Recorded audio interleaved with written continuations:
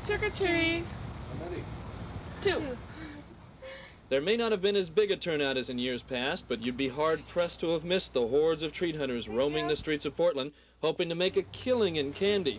The challenge of turning an empty bag into a full investment in cavities. A door-to-door trek in search of a month's worth of desserts. Knock at the door, sweets. And, of course, once the neighborhood sweet tooth sweeps are through, it's time to divvy up that precious loot and survey the sweet piles of goodies, enough to turn even the best of us into ravenous ghouls and goblins. But good as it may have been, the real experts in the art had a more down-to-earth appraisal of the night's activities. What's the pick of the crop? Have to be candy bars. Have to be? Have to be. What kind of a stock you got of candy bars this Halloween? I'd say, wait a minute, let me get it. Clark candy bars. That's the big one? That's the big one. We got a lot of Clarks and a lot of Babe Ruths and What's got to be the favorite? What's the one thing you're really pushing for? Snickers. Roaming Portland on the trick-or-treat beat, Bill Van Amberg, Channel 2 News. It's Halloween time, that time of year, when ghosts and goblins and witches appear. Tonight, a preview of some of the fright. A haunted house here in Portland. You'd better hold tight.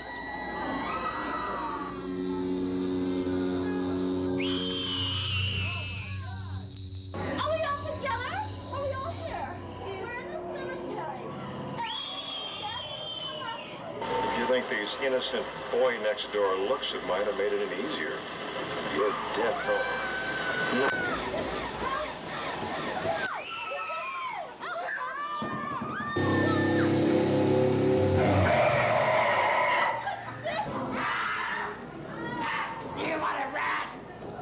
This way! Wonderful things they're doing with electronics, isn't it? We are dead and we really like you.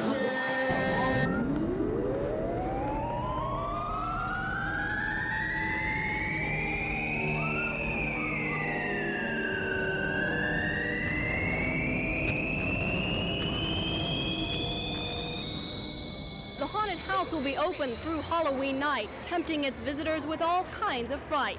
In North Portland, I'm Stephanie Strickland for Channel 2 News. Scary? Maybe not, but adorable? Absolutely.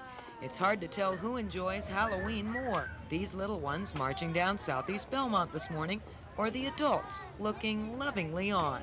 It's the 10th Halloween Belmont preschoolers have held their costume parade, and this year they even raided a police escort, just like Rose Festival. The Halloween fun doesn't have to stop, even in elementary school. In Northwest Portland, the entire Chapman School student body, though you'd never recognize them, held their own costume parade today. And to pull a trick on the neighborhood, the kids passed out their own candy and presents to the people they met. Who says Halloween is only for children? At the Yellow Pages office in Southwest Portland, everyone jumped into the spirit of spook. As an in-house fundraiser for United Way, the employees transformed their typewriters and file cabinets into, well, you figure it out. Children brought a little Halloween spirit to the elderly today at the Volunteers of America Senior Center with pumpkins and costumes and candy and smiles. Nowhere was it more evident that Halloween has no age limit.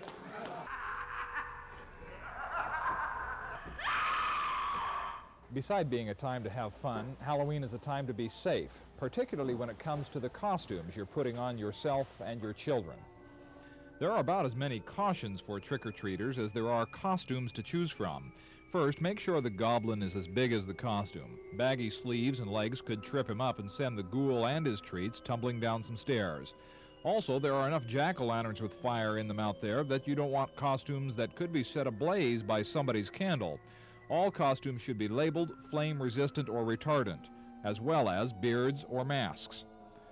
Some we checked aren't labeled, and about the only way you can be sure is to take it home and torch it. 2 of the 3 outfits we tested would not burn once the flame was removed. But we had a devil of a time getting the 3rd one out once it ignited. It's also a good idea to put reflective tape on some of the dark and sinister demons. You may find that what is supplied in the costume is inadequate. The kids like flashlights too, which will help them see and be seen.